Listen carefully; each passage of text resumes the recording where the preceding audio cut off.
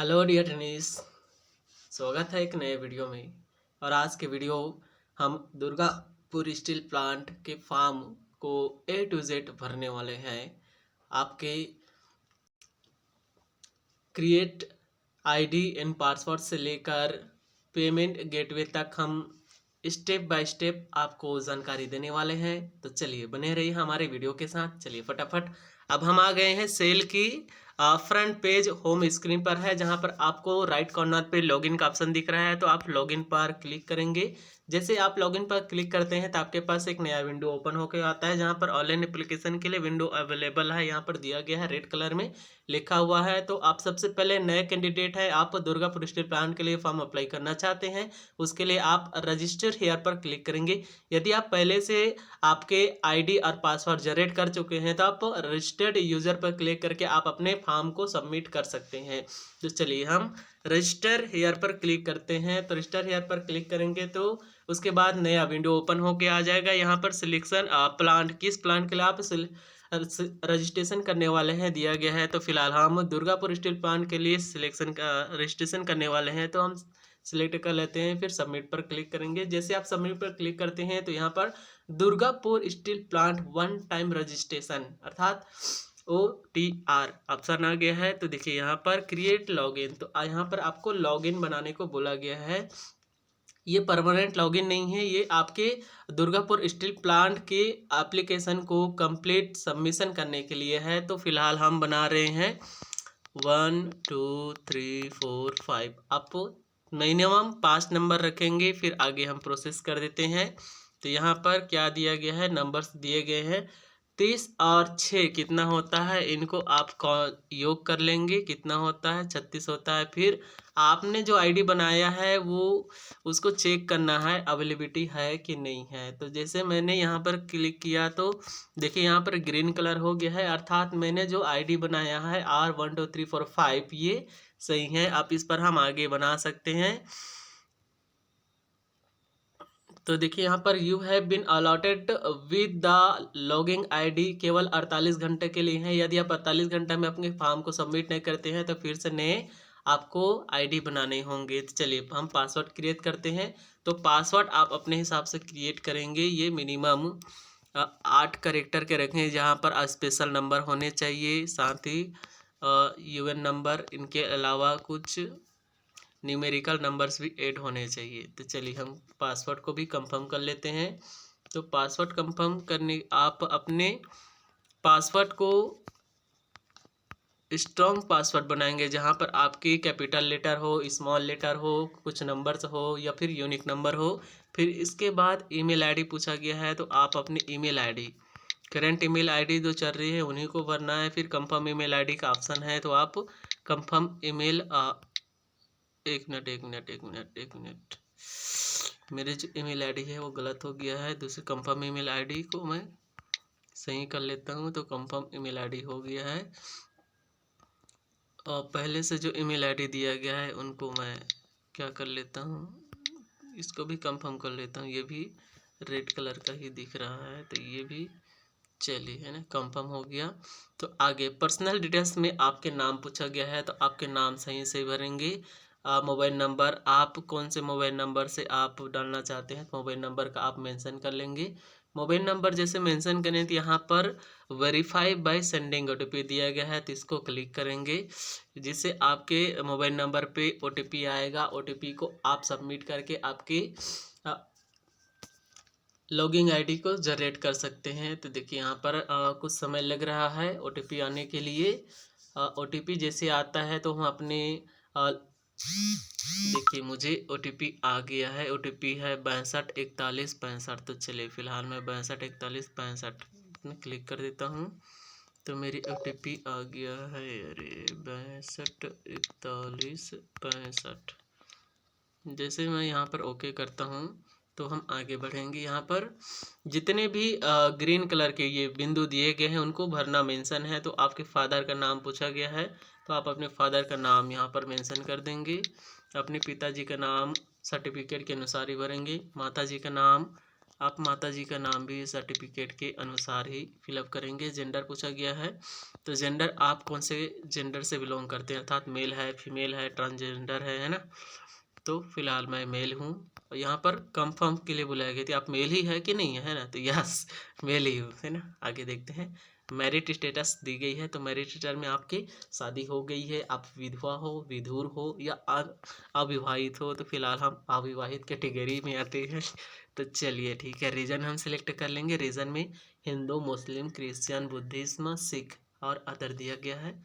तो आप जो भी रीजन से बिलोंग करते हैं उसको फिलअप करेंगे। फिर आपका डेट ऑफ बर्थडे पूछा गया है, तो डेट ऑफ बर्थडे को आप मेंशन कर लेंगे, आपके सर्टिफिकेट के अनुसार से आपको मेंशन करने होंगे। डेट ऑफ बर्थडे को मेंशन कर लेंगे। अब फटाफट चलिए हम भर लेते हैं अपने डेट ऑफ बर्थडे को।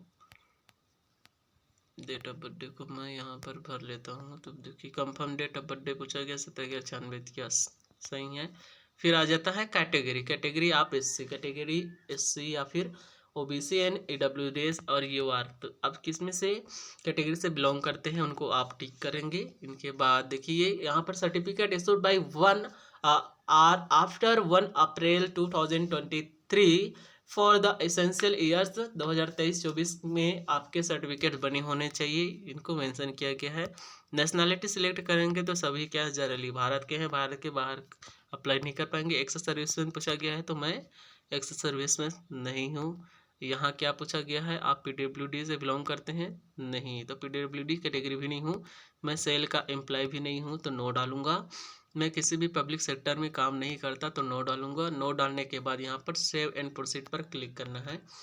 जैसे आप सेव एंड प्रोसेस पर क्लिक करते हैं तो एक दूसरा नया पेज आ जाता है, और दूसरे नए पेज में आपके जो फर्स्ट स्टेज रजिस्ट्रेशन है वो कंप्लीट हो गया है, लेकिन आपके एड्रेस डिटेल बच गए हैं, तो एड्रेस डिटेल्स भी आपको भरने होंगे। तो आप एड्रेस डिटेल भरेंगे, तो देखिए मैंने पहले से ऑलरेडी भर रखे हैं, तो ये सब कुछ पहले से आ गया। स्टेट पूछा गया है, तो आप कहाँ से बिलोंग करते हैं, तमिलनाडु, अंडमान निकोबार, आंध्र प्रदेश, अरुणाचल प्रदेश, तो जितने भी भारत के राज्य हैं उनको दिया गया है। तो फिलहाल हम अपनी स्टेट सिलेक्ट कर लेते हैं। सिलेक्ट करने के बाद डिस्ट्रिक्ट पूछा गया है, तो डिस्ट्रिक्ट को भी सिलेक्ट कर लेना है। यदि आपकी कम्युनिकेशन एड्रेस और परमानेंट एड्रेस सेम है, तो आप यहाँ पर क्लिक हियर करेंगे, टिक लगाएंगे, तो सारे एड्रेस की डिटेल है वो ऑटोमेटिक फिल हो जाएगी। फिर सेव एंड प्रोसीड पर क्लिक करना है। सेव एंड प्रोसीड पर क्लिक करेंगे, उसके बाद आपके फ़ोटो अपलोड के ऑप्शन आते हैं। तो फ़ोटो के साइज़ क्या होने चाहिए, फ़ोटो के साइज़ यहाँ पर दिया गया है 20 KB से 50 KB JPG and JPG format में आपकी फ़ोटो होनी चाहिए। और आपके सिग्नेचर के साइज़ है 10 से 20 KB JPG and JPG format होने चाहिए। तो चलिए फटाफट हम अपनी फ़ोटो फाइल चूज़ कर लेते हैं। तो जैसे आप चूज़ फाइल पर क्लिक करते हैं, तो आपके जो फाइल पे आप सीधे आप फाइल पेज पे चले जाते हैं। फाइल पेज पे चले जाने के बाद आप एल्बम में चले जाएंगे, जहाँ पर आप अपनी फ़ोटो को इरेज करके रखे हैं, है ना।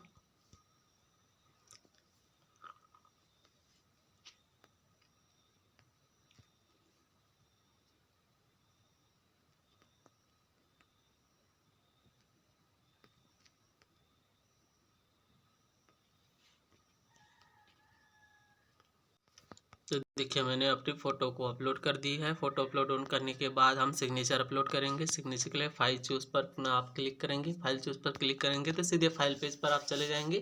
फाइल पेज पे चले जाने के बाद आप अपने एल्बम, जहाँ पर आप गैलरी रखते हैं, वहाँ पर आप चले जाएंगे। गैलरी में आप कहाँ पर अपने फ़ोटो के सेव करके रखे हैं उनको देख लेना है। तो फिलहाल मैं कहाँ पर फ़ोटो सेव करके रखा हूँ, सिग्नेचर को मैंने 10 से 20 KB के बीच में रखा हूँ। तो देखते हैं यहाँ पर हमारे जो सिग्नेचर है ये भी अपलोड हो चुके हैं। इसके बाद आगे हम देखते हैं, तो नेक्स्ट जाएंगे तो यहाँ पर एडिट योर डाटा, यहाँ पर आप अपने डाटा को फिल कर सकते हैं, या फिर आप जैसे आपके डाटा सही है, यहाँ पर दिए गए जो डाटा है वो बिल्कुल सही है, तो क्या करेंगे आप सेव एंड प्रोसीड पर क्लिक करेंगे। जैसे आप सेव एंड प्रोसीड पर क्लिक करते हैं, तो आपके जो यूज़र आईडी एंड पासवर्ड है वो क्या हो गया है, बन के रेडी हो गया है। आई एक्सेप्ट पर क्लिक करेंगे। यहाँ पर आप अपने डिटेल्स को एक बार अच्छे से रीड कर लेना है। तो आपके आपने लॉगिन आईडी बनाया है उनको देख लेना है और इनको याद करके रखना है, क्योंकि है इसके बाद हम लोग क्या करते हैं, रजिस्टर्ड यूज़र पे जाके अपने जो एप्लीकेशन के प्रोसेस है उनको कंप्लीट करेंगे। आपके नाम, माताजी के नाम, पिताजी के नाम, mobile number, date of birthday, आप मैरिड स्टेटस देखेंगे, नेशनलिटी एंड रीजन, कैटेगरी कौन से बिलोंग करते हैं, एंड परमानेंट एड्रेस, सारी डिटेल को आप अच्छे से रीड कर लेंगे। यदि ये सही है तब क्या करेंगे, 7% पर। यदि कुछ त्रुटि होता है तो एडिट योर डाटा पर क्लिक करके आप एडिट कर सकते हैं। इनके बाद हम 7% पर क्लिक करते हैं तो यहाँ पर पूछा गया है please read and check carefully before submission, क्योंकि इसके बाद आप सबमिट करने के बाद पुनः इरेज या एडिट नहीं कर पाएंगे। तो मेरे जो डाटा है उनको सही है तो यस करता हूँ। यस करने के बाद देखिए यहाँ पर आ गया है ना, हमारी जो डाटा है ये बन के तैयार हो गई है। तो एक बार मैं इसको सेव कर लेता हूँ। सेव करने के लिए थोड़ी सी स्क्रीनशॉट रखता हूँ ताकि मुझे अपनी जो लॉगिन आईडी बनाया हूँ वो याद रहे। नीचे जाकर देखेंगे तो यहाँ पर प्रिंट का ऑप्शन भी मिलता है, तो आप प्रिंट भी कर सकते हैं। तो सीधे हम लोग login and continue to your dashboard पर क्लिक करते हैं। जैसे डैशबोर्ड पर क्लिक करेंगे तो यहाँ पर प्लांट है ना, सिलेक्ट प्लांट, तो कौन से प्लांट के लिए, दुर्गापुर स्टील प्लांट के लिए आपने अभी जो आईडी बनाया था उनको यहाँ पर पूछा जा रहा है, तो आप फिल कर देंगे। तो यहाँ पर पूछा गया है एंड पासवर्ड, आपने जो पासवर्ड क्रिएट किया था पासवर्ड डाल के क्या करेंगे, आप अपने डैशबोर्ड पेज पर जा पाएंगे। देखिए यहाँ पर कुछ नंबर है, 24 और 4 कितना होता है, इनको पूछा गया है। 24 4 28 होता है। लिख के हम क्या करेंगे, यहाँ पर सबमिट पर क्लिक करते हैं। जैसे आप सबमिट पर क्लिक करेंगे तो कैंडिडेट डैशबोर्ड पर आप सीधे चले आते हैं, जहाँ पर आपके प्रोफाइल दिख जाएंगे इन करेंट ओपनिंग। तो आप करेंट ओपनिंग को चूज़ करते हैं, क्योंकि करेंट ओपनिंग में हमारी जो सारे डिटेल है वो भरने हैं।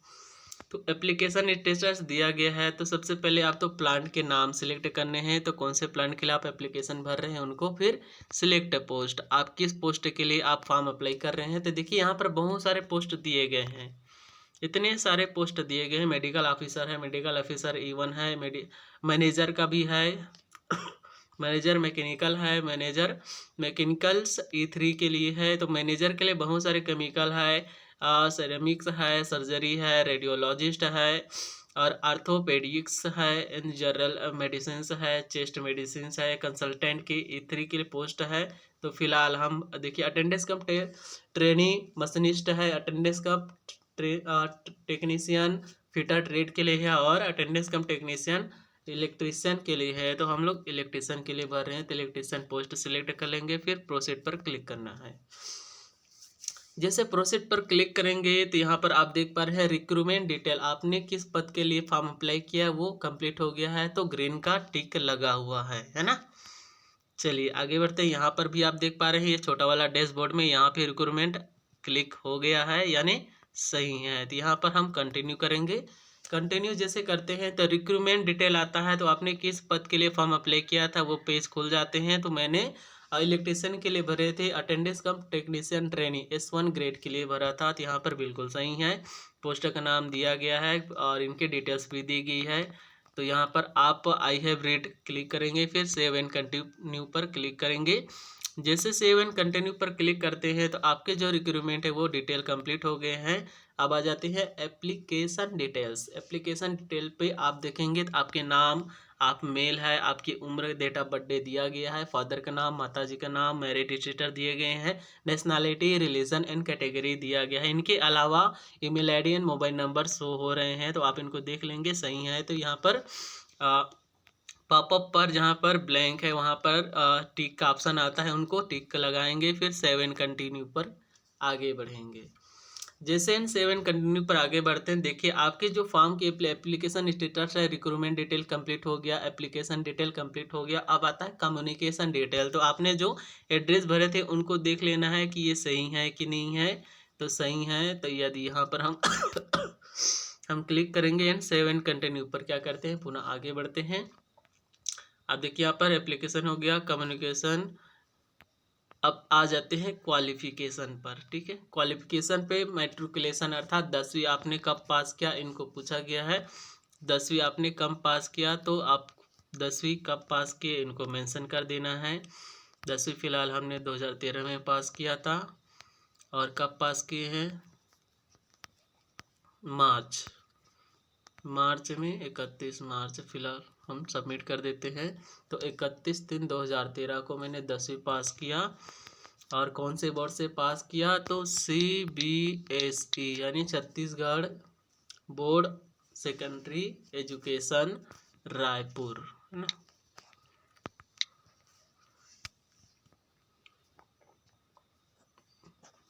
चलिए यहाँ पर थोड़ी सी घबराहट रहता है तो इसको भी पूरा कर ही देते हैं। CGBSE Chhattisgarh board of secondary education से मैंने क्या है 10वीं पास की है, तो इसको फिलअप कर दिया। इसके बाद ITI आप कब पास किए, यहाँ पर नेम ऑफ कोर्स, तो आप किस कोर्स को, तो ITI कब पास किए, तो हमारे जो ITI की सर्टिफिकेट आया था 2018 में आया था, तो उनको आप मेंशन करेंगे कब आया था, 2018 में, साथ ही महीने मंथ को भी आप मेंशन करेंगे। तो हमारे जो आया था वो दिसंबर में आया था, दिसंबर में लगभग कितनी तारीख को आए थे, 13 तारीख को, है ना। तो आप अपने सर्टिफिकेट को देख लेंगे। नेम ऑफ बोर्ड, आप ITI किस बोर्ड से पास आउट है, यहाँ पर स्टूडेंट ध्यान देंगे बोर्ड का नाम SCVT या NCVT है, जो कि आपके सर्टिफिकेट में लिखे रहते हैं। तो आपके सर्टिफिकेट NCVT का सर्टिफिकेट है तो आप NCVT लिखेंगे, SCVT का सर्टिफिकेट है तो आप SCVT सर्टिफिकेट लिखेंगे। तो फिलहाल हम NCVT बोर्ड से हमने एग्ज़ाम दिलाया था, इसलिए हमने क्या किया, NCVT।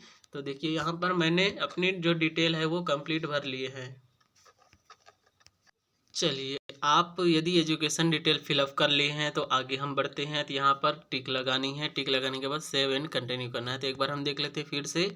ITI मैंने पास आउट किया है, पासिंग डेट है 18, है ना, 13/12/18 NCVT बोर्ड है। और 10वीं मैंने 2013 में पास किया था। तो इनको अच्छे से देख लेना है, क्योंकि ये गलत हो जाएगा तो आप रिजेक्ट हो जाएंगे आगे चल के।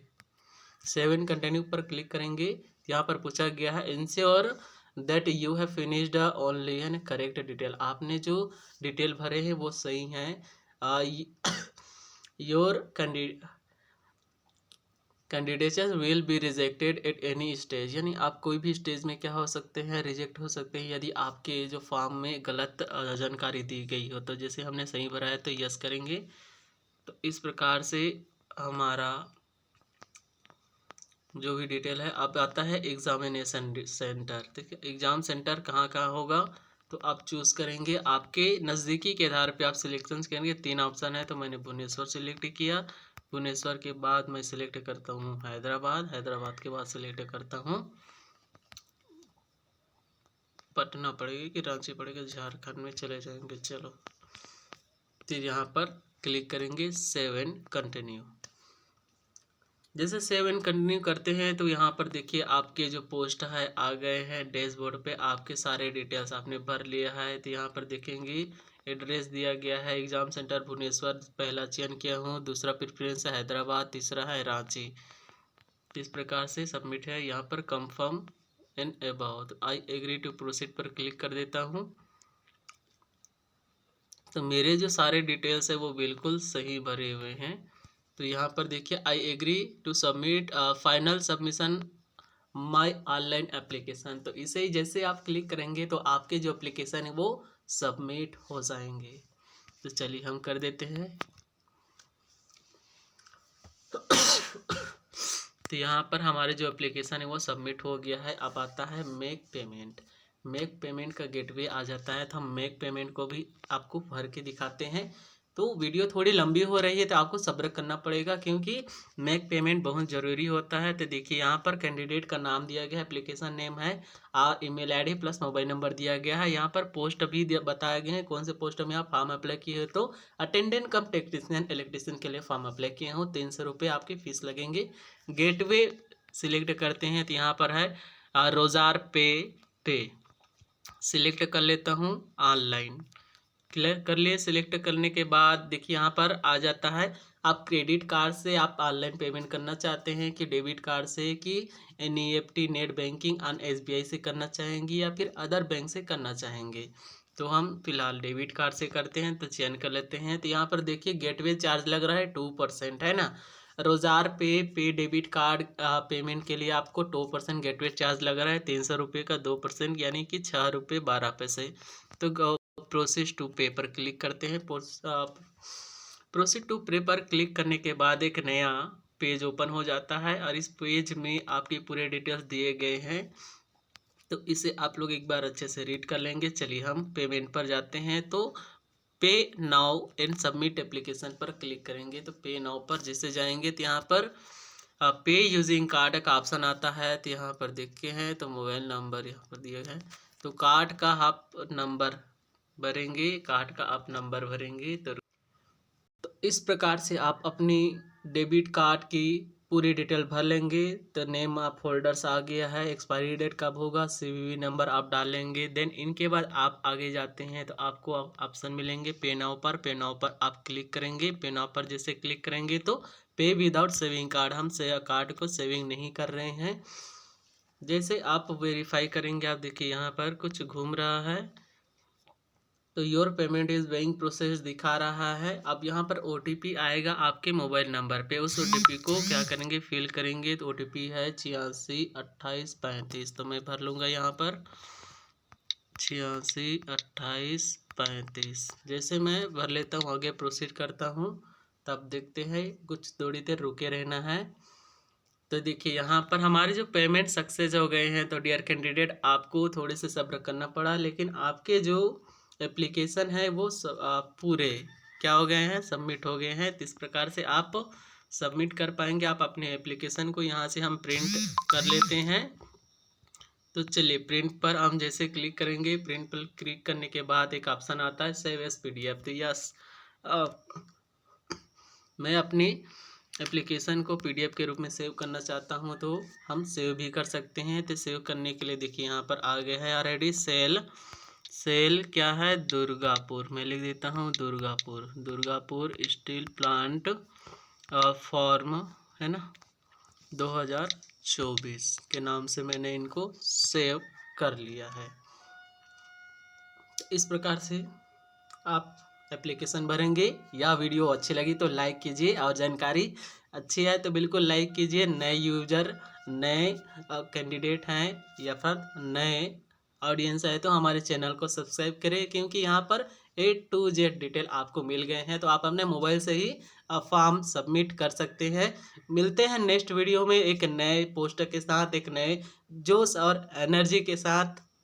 बने रहिए अपने साथ। जय सिया राम।